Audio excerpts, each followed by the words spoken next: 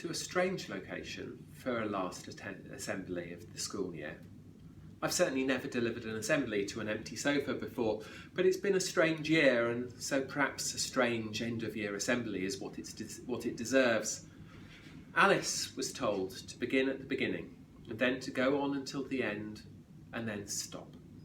But Alice wasn't delivering a video-recorded virtual assembly, so perhaps better advice for me would be to begin with an apposite quotation from an obscure song.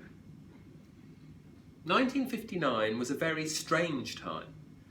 A bad year for Labour, but a good year for wine. Something about the appositeness will follow, but first I think I should speak about the obscurity. This comes from an Al Stewart song called the Post-World War II Blues. This is a strange title for what is perhaps a strange song, but Al Stewart is on record as saying that he would like to write the songs that nobody else is writing, rather than rehash some version of the power of love. In this, he has surely succeeded. I recommend his music to you as much for its idiosyncrasy as for its melodious felicity. 1959 was a very strange time, but not as much as 2020 has been. 1959 was the year of Buddy Holly's death, the year that the last two states joined the American Union, the year of C.P. Snow's Two Cultures lecture, and the year that Margaret Thatcher first joined the House of Commons as part of the thumping Conservative victory in the election that year. 2020 just missed out on its own election and consequent thumping Conservative victory, but instead we have had the very strange time of COVID-19 and lockdown. How the school has responded to these challenges is something I spoke about in the celebration evening, and so I won't return to it. Instead, I should be looking forward to the summer and thinking how we can spend our time of reading, resting and review to ensure that when we come back in September, to whatever kind of school awaits us, we'll be ready to make the most of it.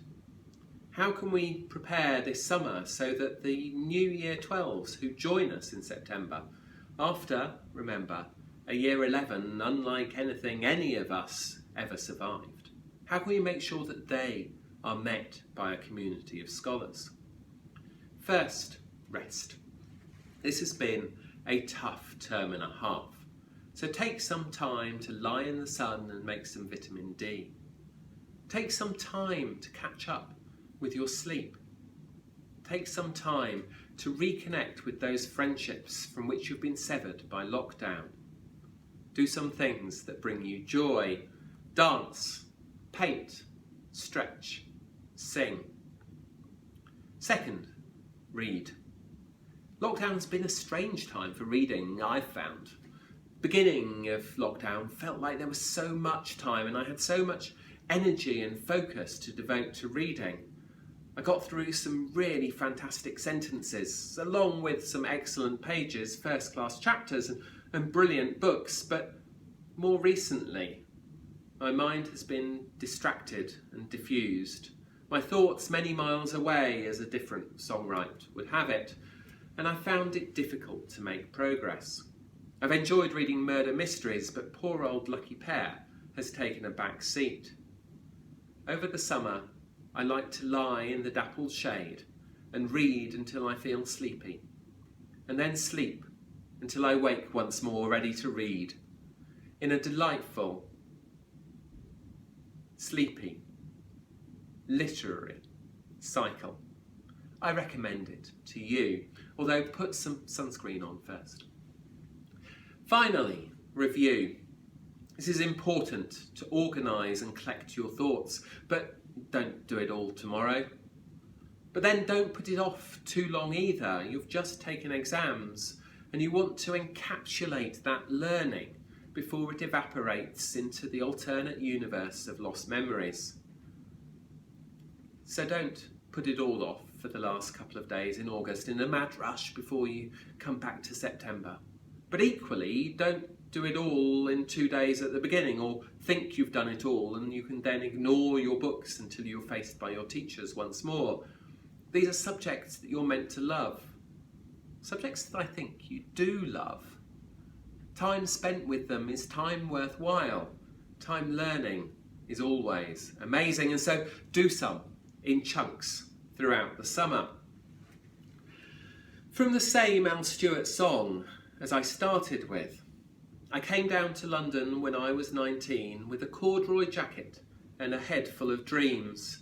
In coffee bars I spent my nights reading Allen Ginsberg, talking civil rights. You're not 19, but you are already in London. And coffee bars at night seem a pretty dreadful way to wreck your sleep patterns, but you're only young once, and whilst corduroy jackets aren't for everyone, civil rights are.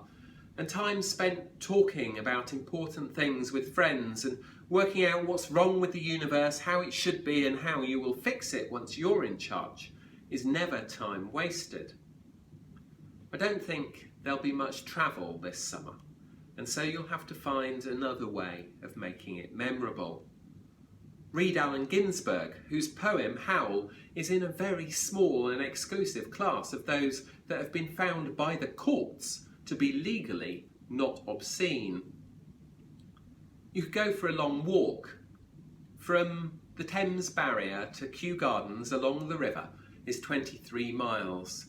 A worthy achievement, but one that's well within your capabilities if you take a packed lunch, a good friend and a large bottle of water. Or, if you prefer an equally epic but more sedentary challenge, you should write your first novel. Something experimental set in 15th century Hungary would be my recommendation. 2020 has been a very strange time. I think it will continue to be so. We should embrace its strangeness, make the most of it, accept that it will shape us, and make the decision to shape it. There is an old saying, proclaimed by certain tea trays, that we should seek the serenity to accept the things we cannot change, the courage to change the things we can, and the wisdom to know the difference. That seems like a really good motto for this strange summer.